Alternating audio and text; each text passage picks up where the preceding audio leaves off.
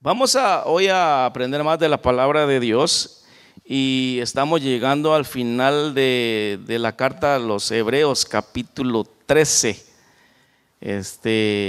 Tremenda carta. Recuerden siempre esto, no se olviden, es una carta dirigida hacia alguien y las cartas que van dirigidas hacia alguien pues traen algo muy especial. Ya todo lo de eso de las cartas ya quedó en el olvido, ¿verdad? Ahora solo puros emails o textos, ¿verdad? Y tan bonito que era y emocionante era cuando recibía uno una carta, especialmente de la novia o del novio o de la esposa.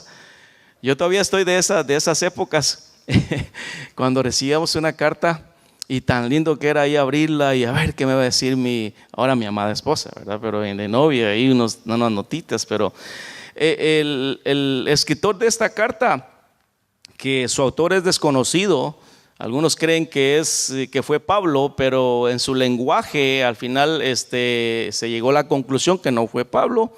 Otros dicen que fue Bernabé.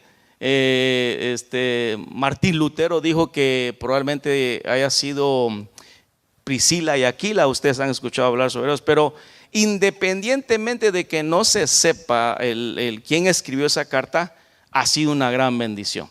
Tiene unos versículos tan poderosos. Pastor César ya platicó en un capítulo después: la fe, la certeza de lo que se espera, la convicción de lo que no se ve. Cada capítulo usted se va a dar cuenta que tiene un versículo clave. En este caso, en el capítulo 11, este es el versículo clave, es pues la fe y todos los personajes. El miércoles pasado Pastor Melvin también hablaba sobre el capítulo 12 y el día de hoy llegamos al final, pero no al final de la palabra de Dios. Seguiremos el próximo miércoles con otro estudio bíblico, pero déjenme hacerles esta pregunta a ustedes. Quizás si analizáramos la cantidad de años que cada uno de ustedes llevan en el cristianismo, probablemente algunos de ustedes dirían: pues yo apenas llevo 2 años en el ministerio. Otros dirían: yo llevo 5 años siendo cristiano. Otros dirían: tengo 10, 15, 20, hasta 30 años. Y está bien. Qué lindo los que llegan hasta 40 o 50 años en la vida cristiana, ¿sí? Pero lo más importante es qué ha sido evidente en esa vida cristiana en su vida. ¿Se nota que usted es cristiano? ¿Lo notan los vecinos de su alrededor? ¿Lo notan cuando usted va en el freeway? ¿Lo notan sus compañeros de trabajo? ¿Saben que usted tiene evidencia de ser cristiano? ¿O aquí mismo en la iglesia? ¿Será que aquí mismo saben que usted es cristiano? ¿Por qué? ¿Por qué dice aquí en la iglesia, pastor? Bueno, porque a veces no decimos que somos cristianos, pero con nuestras acciones no lo demostramos, ¿sí? Yo he escuchado a algunos decir: usted ya me conoce que así soy, pero Cristo lo cambió. Entonces Dios puede cambiar hasta el carácter más fuerte, hasta el carácter más enojado. Y en este capítulo usted va a encontrar que lo importante no es cuántos años llevan el evangelio, sino que lo importante es qué evidencia demuestra. Probablemente el lector, si miramos que la carta fue escrita más o menos entre los años 65 después de Cristo, según algunos escritores dicen que probablemente era de la segunda generación de cristianos. Usted se recuerda que ya pasamos la época en el libro de Hechos, cómo era ese ferviente amor entre los cristianos cuando cae el derramamiento del Espíritu Santo y se acuerdan de que vendían las propiedades y las repartían entre todos, y era un hermoso crecimiento, pero del cristianismo. Y en esta carta el escritor está diciendo que muy probablemente se necesita recordar otra vez lo que es ser un verdadero cristiano. Se necesita tener fe, como ya lo habíamos escuchado en otros capítulos, en otras predicaciones. Pero en este capítulo específicamente encontré algunas evidencias que necesitamos recordar para analizar nuestro corazón si verdaderamente nosotros estamos demostrando que somos cristianos. ¿Está preparado para escucharlo? Y analizar su corazón y decir, yo creo que ahí me falta algo y tengo que cambiar. Porque sabe una cosa, que cada vez que nosotros, no pierda el momento usted para que cuando algo se le diga a usted de aprendizaje, usted lo tome para sí y usted lo pone en práctica. Porque de nada sirve que usted escuche la palabra de Dios, venga a todos los estudios bíblicos, pero se olvida o no lo pone en práctica. La idea de un estudio bíblico es de aprendizaje para ponerlo en práctica. La idea de una predicación es para que usted escuche y lo ponga en práctica. Entonces, yo encontré en este pasaje evidencias de una verdadera vida cristiana. En primer lugar, veamos el primer versículo 1 de Hebreos capítulo 13. Una primera evidencia en mi vida cristiana es que debo de permanecer en el amor fraternal. Si a usted le gusta anotar, anote. A mí siempre me gusta anotar, cuando mis pastores están predicando la palabra de Dios o algún estudio. Evidencias en mi vida cristiana, permanezco en el amor fraternal. Veamos qué dice ahí en el primer versículo: permanezca el amor fraternal. ¿Qué querrá decir ahí el escritor a la carta a los Hebreos? La palabra permanecer básicamente quiere decir quedarse, enlazarse, continuar, mantenerse. O sea que la palabra permanecer me recuerda aquel capítulo 15 de Juan, cuando dice: si permanecéis en mí y mis palabras permanecen, ¿qué dice? ¿Y vosotros qué dice más? ¿Qué pasó con los lectores estudiosos? Si permanecéis en mí, mis palabras. Fíjese que en este capítulo 15 de Juan se repite como 7 veces la palabra permanecer. ¿Sí? Esa palabra permanecer es muy importante en la vida cristiana, porque usted sabe que ahí donde está puesto sus pies sobre una roca, ahí tiene que permanecer. ¿Y en qué tiene que permanecer? En el primer versículo, ¿cómo lo dice ahí? Permanezca el amor fraternal. Probablemente ya se estaban olvidando algunos de los cristianos mostrar ese amor fraternal. Debemos entender primero que nada que el amor fraternal es un sentimiento de cariño y preocupación desinteresada por los demás.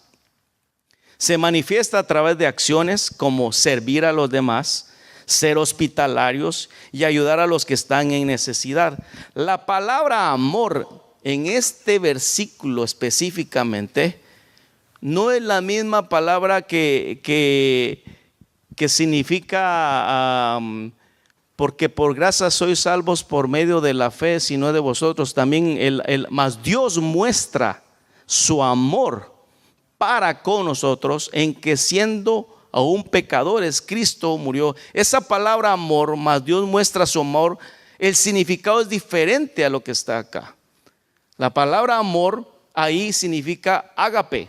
En más Dios muestra su amor para con nosotros. Pero aquí este amor significa Filadelfia, que quiere decir un amor entre nosotros, un amor fraternal, un amor que nos ayudamos los unos a los otros. En el vínculo que hemos formado con los varones los sábados, no sé si las esposas han notado de nosotros que no nos perdemos ningún sábado. Y escuchamos nosotros decir ahí en testimonios: hermanos, yo deseo que llegue el sábado porque hay un aprendizaje de la palabra de Dios, crecemos en la vida espiritual, porque hay un amor fraternal entre nosotros. Ahí nos texteamos hay un grupo que Pastor César formó, Y cada vez que hay alguien que tiene una necesidad, ahí la pone en el chat y todos ponemos, vamos a estar orando y oramos por esa petición. Si hay alegría también, hermanos, hay esto, una bendición y todos lo felicitamos. ¿Por qué? Porque hay un amor fraternal. Cuando alguien necesita ayuda, ahí estamos prestos. Entonces, una evidencia en su vida cristiana y mi vida cristiana es seguir mostrando ese amor fraternal con cada uno de nosotros. Yo no sé si, como dije anteriormente, en su vecindario saben que usted es cristiano. Si usted ha repartido de repente una comida o ha habido una necesidad. Yo recién nos pasamos a vivir, escuché que mi vecino me dijo, me gusta el café. Ya sé por dónde voy a entrar. Y a mí también me gusta el café. Entonces un día de estos me habían regalado café de Guatemala y yo le di un bote de café. Me lo gané, pero así mi vecino, contento, porque le gusta el café. Y aquí también vemos cómo el escritor dice, permanezca ese amor fraternal. Dice Romanos 12:10, amaos los unos a los otros con amor fraternal, en cuanto a la honra, prefiriéndonos los unos a los otros.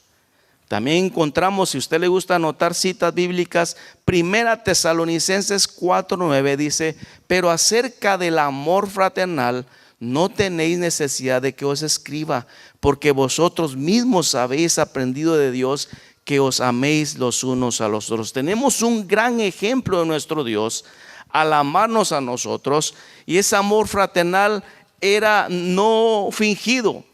Mira lo que dice 1 Pedro 1:2, habiendo purificado vuestras almas por la obediencia a la verdad mediante el Espíritu para el amor fraternal no fingido, amaos los unos a los otros entrañablemente de corazón puro. Este amor fraternal, amados hermanos, no tiene que ser fingido, porque si estamos aquí con los más porque esta carta va dirigida específicamente al pueblo judío, el pueblo judío cristiano, ¿sí? Que se amen entrañablemente con ese amor fraternal. Entonces, no debería de haber distanciamiento o enojos entre nosotros como cristianos dentro de la iglesia. Pero ¿sabe algo? Tristemente hay en las iglesias personas que se dejan de hablar, ¿sí? Que no permanecen en ese amor fraternal. Personas que no ponen en práctica esa evidencia cristiana, ¿sí? Y nosotros necesitamos volver a poner en práctica esa evidencia como primero punto que le estoy diciendo, permanezca el amor fraternal. Número 2, a los que les gusta anotar, dice en el versículo 2, no os olvidéis de la hospitalidad, porque por ella algunos sin saberlo, mire qué interesante, hospedaron ángeles. También el versículo 3 dice, acordaos de los presos, como si estuvieras presos juntamente con ellos, y de los maltratados, como que también vosotros mismos estáis en el cuerpo. Otra evidencia en mi vida cristiana es que soy hospitalario y no me olvido de los que tienen necesidad. La hospitalidad se puede definir como una cualidad y disposición de recibir y tratar a los invitados extraños de forma cálida y amistosa y generosa. En el Nuevo Testamento la palabra griega traducida como hospitalidad significa literalmente amor a los extranjeros. Vea lo que dice ahí. Mire qué hermoso, porque por ella algunos sin saberlo hospedaron ángeles. Hay varios pasajes bíblicos, por ejemplo Abraham, que se le presentó el ángel de Jehová, y también otros 2 ángeles dándole la gran noticia que Sara iba a tener su primer bebé, aún siendo ella estéril. Y yo no sé si usted en algún momento dado le ha abierto las puertas a una persona y le ha dado hospitalidad, se ha quedado en casa, y cuando usted dice, esta persona algo sentía yo como que trajo bendición a mi hogar. Yo recuerdo que estudiábamos en Ceteca, en Guatemala, y con mi esposa, y había un profesor que nuestra iglesia lo invitó para que llegara a dar clases a nuestra iglesia en Escuintla. Era como una hora de camino. Y como él no tenía cómo irse, se venía en el busito, porque era un bus pequeño que tenía la iglesia. Amados hermanos, nosotros teníamos que estar ahí en la iglesia a las 6 de la mañana, porque las clases comenzaban a las 8 de la mañana cada sábado, de 8 a 4 de la tarde, todo el día sábado. Entonces este maestro venía una vez por mes. Le decía a mi esposa hace unos días, ¿te acuerdas de cómo se llamaba el profesor? Yo creo que el profesor Luis. Entonces se venía en el busito y se tenía que quedar en nuestra casa. Nosotros abrimos las puertas. Nosotros hemos sido así, amados. Hemos abierto la casa, han llegado personas, hemos abierto nuestra casita de hospitalidad, y él llegaba, y al otro día en la iglesia él daba la clase. Entonces cada vez que él llegaba era una gran bendición, porque teníamos tiempo de cualquier duda que teníamos nosotros de la Biblia, él nos asesoraba, crecíamos y abríamos las puertas de nuestro hogar, ser hospitalarios con él, y sentíamos una gran bendición, amados hermanos, que usted no se imagina. ¿Sí? Pasó por un buen tiempo que él se quedaba ahí, le dábamos su cuarto, lo preparábamos bien. Y qué hermoso. Yo no sé si usted ha hecho alguna vez algo, que ha abierto su casa para que llegue alguien y usted dice, qué hermoso sentí, qué tiempo de hermoso de la presencia de Dios.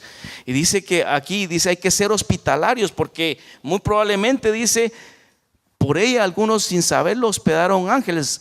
No estoy diciendo que el hermano Luis era un ángel, pero como si fuera, porque fue de bendición para nuestras vidas.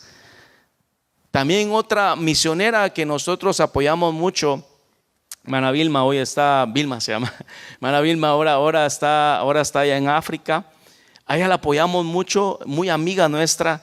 Y cuando ella llegaba de allá de África, nosotros abríamos las puertas de nuestro hogar para que ella estuviera ahí, se permaneciera ahí también. Y hermanos, pasábamos tiempo. Por eso hay que ser hospitalarios, dice ahí. Porque el pueblo judío tenía esta costumbre, amados hermanos, de que tenía que ser hospitalarios. Y aún vamos a ver, le voy a dar ahí unos versículos, porque tenía que ser hospitalarios hasta con el extranjero. Tratarlos bien. ¿Por qué? Porque Dios bendecía este hogar.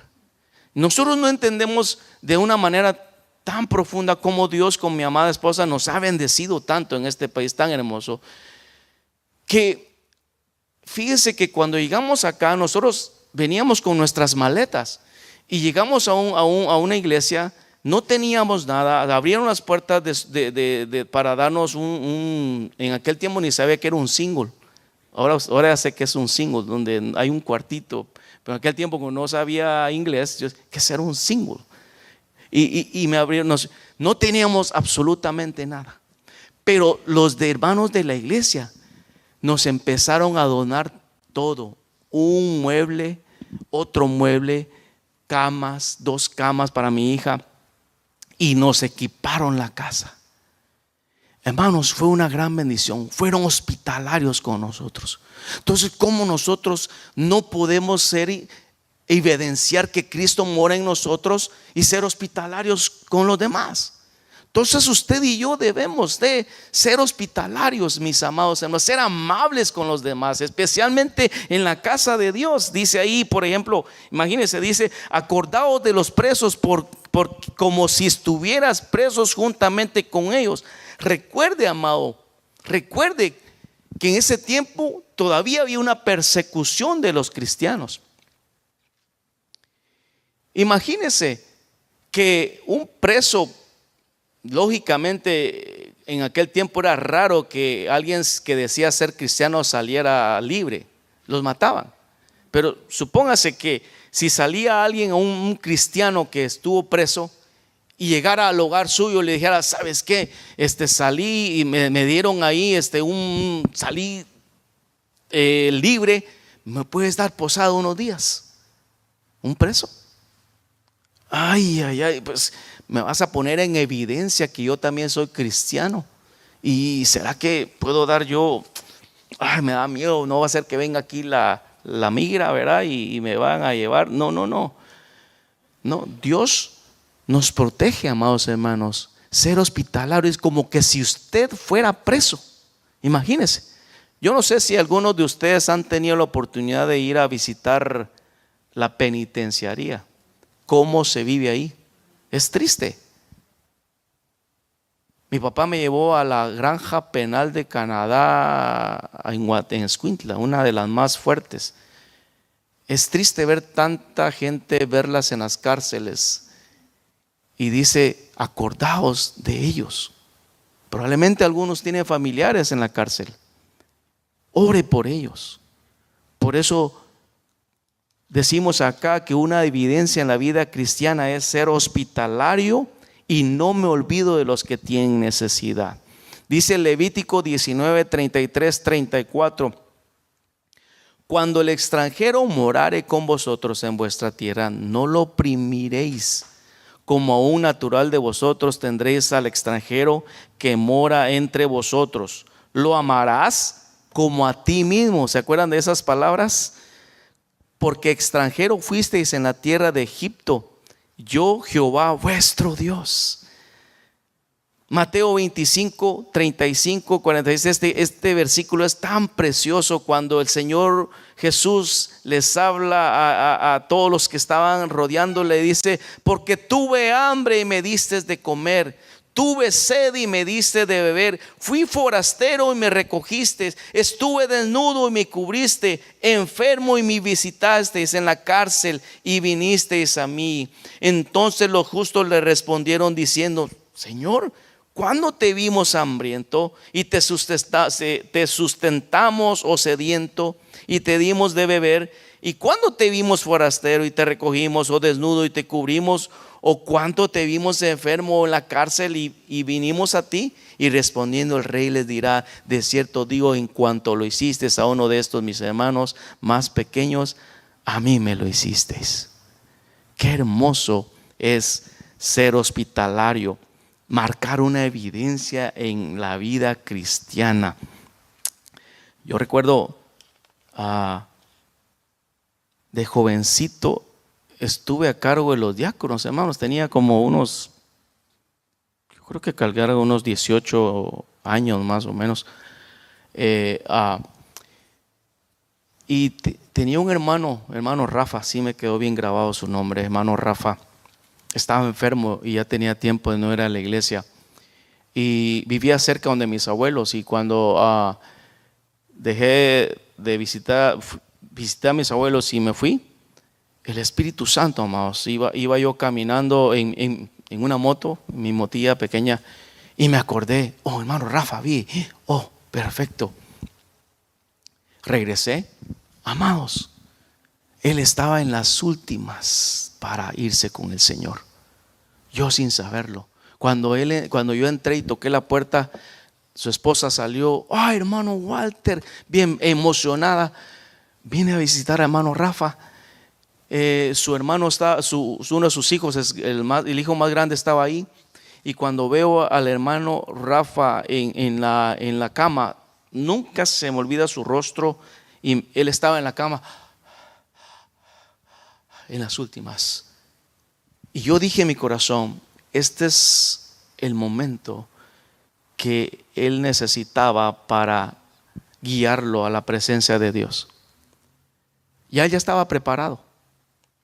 Y me puse hincado ahí con él. Hermano Rafa, estoy aquí. Usted ya está preparado. Voy a orar por usted para que Dios lo reciba y usted va con gozo. ¿Quiere que ore por usted? Y él me dice, sí.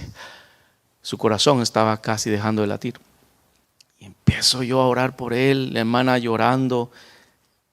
Señor, pongo en tus manos la vida del hermano Rafa. Está en tus manos, él ya está listo, gozoso. Terminé de orar, estuvimos en un rato. Me fui a la casa, a las horas se fue con el Señor. Cuando regreso a la casa, la hermana no tenía ni palabras. Su hijo me abrazaba y me decía: hermano, gracias por venir en el momento preciso. Ser hospitalarios, amados hermanos, que cuando alguien necesita una oración, cuando alguien necesita algo, palabras de ánimo, usted está presto. No es de aquellos que dice: necesito una oración. Permítame, voy a llamar a fulano de tal para que ore con usted. Y usted con 15, 20 años en el evangelio. No puede ser eso, mi amado hermano. No puede ser que voy a llamar a Pastor César para que ore. No, usted ya tiene algunos años en el evangelio. Dios lo escucha a usted igual que a mí. Entonces, ser hospitalarios también necesita que usted esté presto para atender a una necesidad que haya. Por ejemplo, hoy en mi trabajo, un compañero de trabajo, yo sabía que su hijo está enfermo, me lo comentó y oré por él también. Y hoy le di unas palabras de ánimo que me dice: hermano, gracias por haberme dado esas palabras. Le di esa palabra que dice Romanos 8:28, a los que aman a Dios, que dice: todas las cosas nos ayudan a bien. Y le dije de testimonio: mire, este dedo que no tengo acá, tuvo un accidente a los 15 años. Me dolió tremendamente a mí perder mi dedo, pero sabe, el propósito de esto es porque mi papá se tenía que acercar a los pies de Cristo. Y lo logré entender a los años. ¿Sí? Sufrí de bullying, sí, claro. Pero sabe una cosa, esto me ayudó a entender que mi papá tenía que regresar a los caminos del Señor. Y cuando él fallece hace 4 años, él ya estaba preparado para irse con el Señor. Y yo estoy confiado que un día lo voy a ver. Pero sabe una cosa, Dios tiene un propósito. Por eso nosotros, mis amados hermanos, cada vez que haya alguien que tenga necesidad, sea usted hospitalario. Sea usted hospitalario con los demás, con los que le rodean. Otra evidencia en su vida cristiana también, esta es muy pero muy importante, y ponga atención. Dice el versículo 13, el versículo 4: honroso sea en todo el matrimonio y el hecho sin mancilla. Honroso sea el matrimonio. Otra evidencia en mi vida cristiana es que yo honro el matrimonio porque es de mucha importancia. Dice: el hecho sin mancilla se refiere a un matrimonio puro y santo. Mancillar significa deshonrar, provocar una herida. El enemigo de nuestras almas quiere hacer todo lo posible para fomentar el sexo fuera del matrimonio. ¿Y qué dice ahí la segunda parte? Pero a los fornicarios y a los adúlteros los juzgará Dios. En este contexto, amados hermanos, entiéndalo muy bien. Fornicario se refiere a quienes tienen relaciones sexuales sin el compromiso del matrimonio. Y hoy en día, amados hermanos, ya no se habla de matrimonio en estas generaciones. Quiero vivir en una vida libre. Pero en las iglesias, en la mayoría de las iglesias o en todas las iglesias, existe esta regla: si tú no estás casado en matrimonio, no puedes estar en un ministerio, porque necesitas estar casado, no vivir en fornicación. Y tenemos miedo de hablar de eso, pero la palabra de Dios dice: los fornicarios los juzgará Dios. Una persona que vive teniendo relaciones sexuales antes del matrimonio. También habla del adúltero, una persona aquellos que no son fieles en sus votos matrimoniales y tienen relaciones sexuales fuera de los votos matrimoniales, ¿qué les pasará a ellos? Los juzgará Dios. Entonces nosotros, otra de la evidencia en mi vida cristiana es que honro el matrimonio. ¿Sí? Usted como líder, yo sé que hay varios líderes acá, si le piden consejo, algún familiar o alguien de afuera, oye, estamos ya saliendo con mi novia, pero ya quisiéramos vivir juntos. Amado, usted tiene el consejo en su corazón para decirle a esta persona: no lo hagas, porque es malo para ustedes dos. Y usualmente los las personas que conviven así no duran mucho. Y ahí van otra vez a tener, no funcionó, me voy con otro. No funcionó, me voy con otro. No, la fornicación en el cristianismo no va, amados hermanos, es pecado. Y tenemos que respetar eso. Entonces, una evidencia en mi vida cristiana es que yo honro el matrimonio. Por otro lado, también tenemos ahí otra evidencia. Esta también es muy importante. Dice el versículo 5, sean vuestras costumbres sin avaricia, contentos con lo que tenéis ahora, porque él dijo, no te desampararé, mire qué hermoso, ni te dejaré. Otra de las evidencias en mi vida cristiana es que yo no tengo avaricia, estoy contento con lo que Dios me ha dado. ¿Qué es la avaricia? La avaricia no es más ni menos que el afán desmedido de poseer y adquirir riqueza para atesorarlas. La avaricia es lo contrario del contentamiento. Hoy en día la avaricia y la codicia son admiradas por la cultura actual. No sé si usted se ha dado cuenta, uno puede tener visión, puede desear y decir, bueno, voy a trabajar duro, pero si se logra con avaricia es malo, porque usted está deseando acaparar y a tener más, y a veces no importa el costo que pueda hacer, pero yo quiero tener bastante. Esa es una persona que es avariciosa. Y si usted es cristiano, no tiene que mostrar eso en su vida. Si somos cristianos, no debemos de mostrar la avaricia en nuestra vida espiritual. Por eso digo yo, una evidencia en nuestra vida cristiana debe demostrarse, y una de ellas es no ser avariciosos. Dice ahí la palabra de Dios en Filipenses 4, versículo 11 al 13. Y un gran ejemplo de del apóstol Pablo dice, no lo digo yo porque tenga escasez, pues he aprendido a contentarme cualquiera que sea mi situación. Sé vivir humildemente y sé tener en abundancia. En todo y por todo estoy enseñado, así que para estar saciado como para tener hambre, así para tener en abundancia como para padecer necesidad. Dijo él en el versículo 13, uno de los versículos, y él estaba en ese momento escribiendo, él estaba preso. Y dice el versículo 13, todo lo puedo en Cristo que me fortalece. Él estaba preso, escribiendo esta palabra. Pero él dice, he aprendido a contentarme cualquiera que sea mi situación. Una persona cristiana no debe de tener avaricia. Está contento con lo que tiene, más cuando hay una promesa en la vida. Dice, no te desampararé ni te dejaré. ¿Quién está hablando ahí? ¿Quién está diciendo ahí, no te dejaré ni te desampararé? Dios. Yo digo, imagínense trabajar en una refinería 7 años y que de un momento a otro te digan, aquí está tu tiempo, y humanamente tú dices, oh, pues todos mis conocimientos los tengo, pues yo creo que voy a conseguir trabajo rápidamente, y empiezas a tocar puertas, nada. Primer día, nada. Oh, me dieron mi tiempo, sí, pero el dinero se va rápido. Pasa un mes y nada. Pasa 2 meses y nada. Porque Dios está trabajando contigo. Estoy hablando de mí, ¿sí? Para que vean. 10 meses sin trabajo. Pero no crean que me quedaba yo de brazos cruzados. No iba. Llegué hasta a vender ropa. Llegué hasta a vender lociones para poder mantener a mi familia.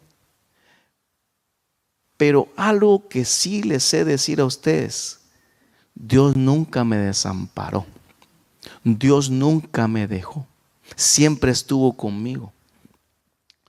Literalmente pareciera que me daba de su mano. ¿Sí? Estábamos agarrando nuestra primera casita con mi esposa y durante un año no pudimos pagarla.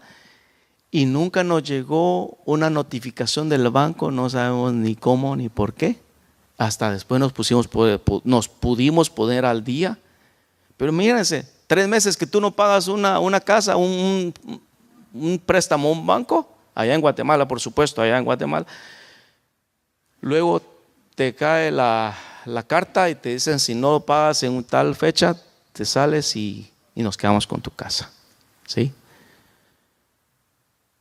En otra ocasión yo no tenía para la gasolina, estaba hincado en un culto de oración. Señor, tú sabes, así literalmente, Señor, tú sabes que no tengo Padre Celestial, pero en ti estoy confiado.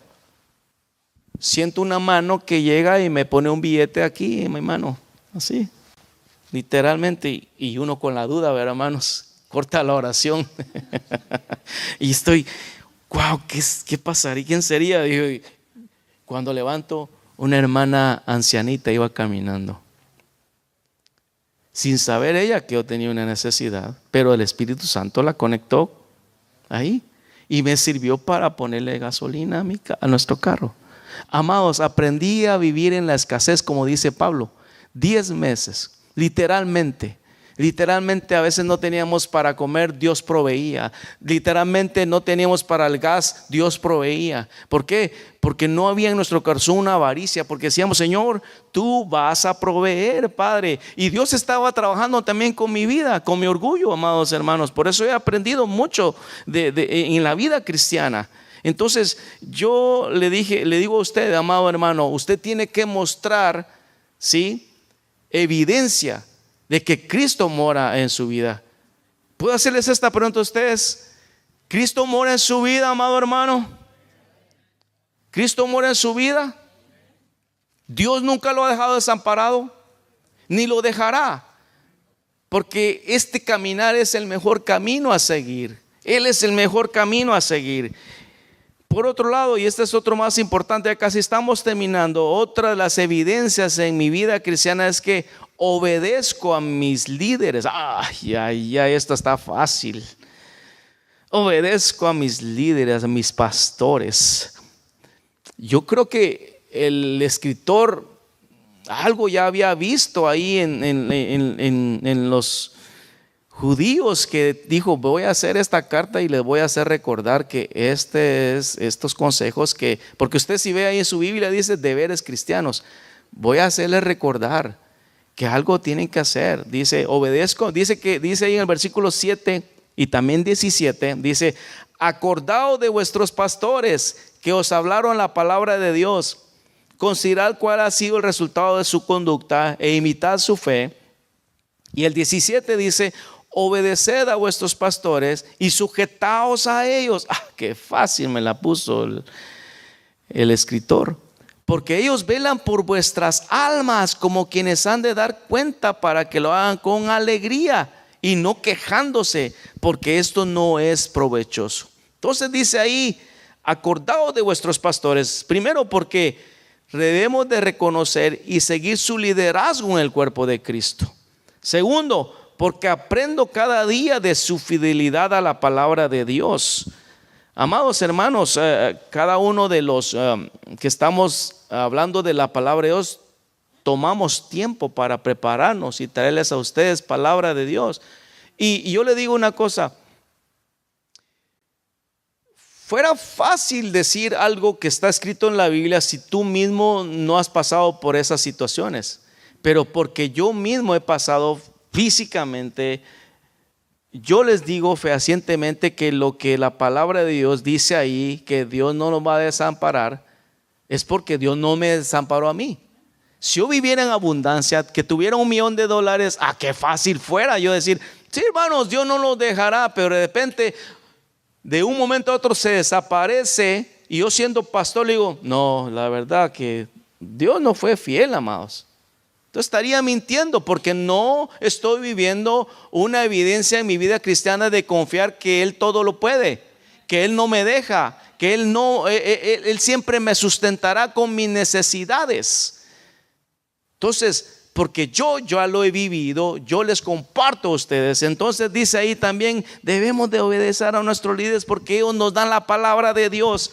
Dice el tercero, porque considerando cuál ha sido el resultado de su conducta. Amados, los pastores no somos perfectos, pero debemos demostrar con nuestra vida que el poder de Jesús es real y que impacta y transforma vidas. Por eso, cuando es un privilegio cuando oramos por alguien, porque nosotros mismos creemos de lo que Dios va a hacer en la vida por la cual yo estoy orando, ¿sí? Porque sabemos que Dios es real. Si no fuera real, imagínense, nosotros creemos que nuestro Dios es real.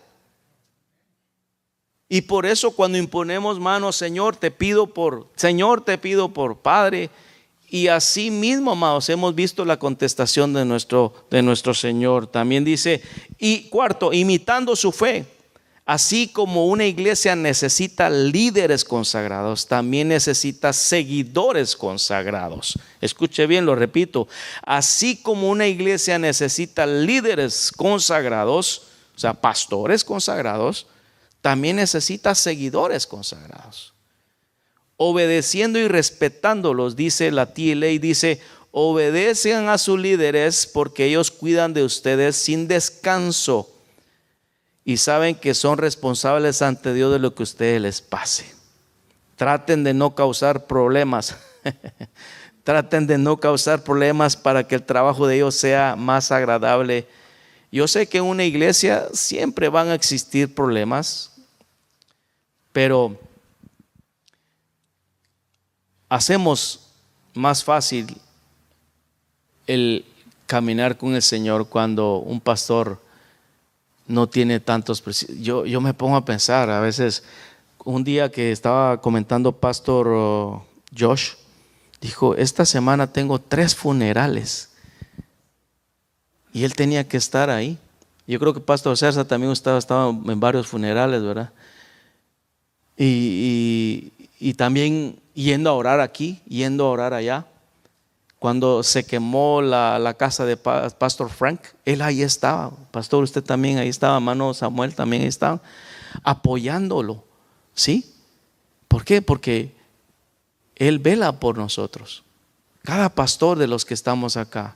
También si hay alguna duda, si en el momento no tenemos respuesta, si es una pregunta bíblica, hermano, déjeme estudiarlo, yo le doy la respuesta. Pero estamos ahí para ayudar, para asesorar. ¿Sí? Y por último, esta es también bien importante. Dice que una de las evidencias en mi vida cristiana, no soy engañado por enseñanzas extrañas. Dice ahí, versículo 9, no os dejéis llevar por doctrinas diversas y extrañas, porque buena cosa es afirmar el corazón con la gracia, no con viandas.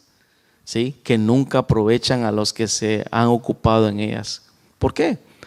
Porque no tiene nada que ver con lo que Jesucristo nos enseña a través de su palabra. Otro, porque nuestros corazones solamente son afirmados por la gracia. ¿Qué dice Efesios 2, 8 y 9? Porque por gracia sois salvos por medio de la fe, y esto no de vosotros, pues es don, regalo de Dios, no por obras, para que nadie se gloríe. Y por último, porque cuando un líder o pastor alimenta correctamente a su rebaño, el crecimiento de los creyentes es consistente. Entonces, ahorita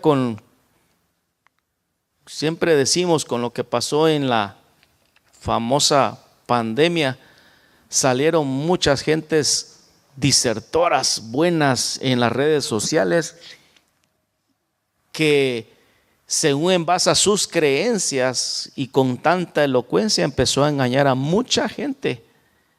Y mucha gente que iba en las iglesias dijeron algunos, mejor me parece que escuchar ahí, ya no voy a la iglesia, mejor escucho aquí en mi casita. Y todas confundidas. Lo mismo me pasó, pastor Cerras, con usted, que llegó una hermana con nosotros y nos dijo, viera qué bonito ahí donde en YouTube, escuchando la palabra de Dios. ¿Y qué está hablando ahí? Y me dio deme el nombre. Tremendo. Confundida totalmente. Entonces, una persona que evidencia que es cristiana no se deja engañar tan fácilmente, porque su fe está cimentada en las cosas de Dios. Termino con esto. ¿Cómo está su evidencia? Evidencia, como comencé cuando comencé el estudio. ¿Tiene evidencia de una vida cristiana usted? ¿Qué necesita cambiar? ¿Dónde puede cambiar? Yo le invito esta noche que donde haya necesidad de cambiar, no es lo importante. Yo crecí en el evangelio. No, yo puse la primera piedra ahí en la iglesia. Yo ayudé a poner blogs. Yo llevo cuántos años en el evangelio, en el ministerio. Eso no es lo importante. Lo importante es cuánto tu vida espiritual es evidenciada ante la sociedad. Y digo ante todo, no solamente afuera, porque a veces aquí y afuera. No, yo en los dos. Porque que no nos conozcan como un cristiano ogro de líder, que no nos conozcan como una persona enojona de líder, sino que sean, yo quiero ser como mi líder fulano de tal. Yo quiero ser como mi pastor fulano de tal. Yo quiero serlo así. Porque la vida cristiana, amados hermanos, es hermosa. Y yo le invito esta noche que su vida cristiana sea demostrada correctamente bajo estos consejos que hoy recibimos de la palabra de Dios. Oremos. Padre Celestial, gracias por tu palabra en esta noche. Gracias te damos, Señor, porque nos hemos aprendido, Señor, cómo evidenciar, Señor, nuestra vida cristiana ante todo el que nos rodea, Señor. Señor, si necesito cambiar aquí, allá, en este lado, en donde sea, Señor, que nuestra vida realmente sea demostrada que somos cristianos. Gracias, Señor, te damos. Alabado sea, Señor, y pongo en tus manos a cada uno de mis hermanos en esta noche, en el nombre poderoso de Cristo Jesús. Amén y amén.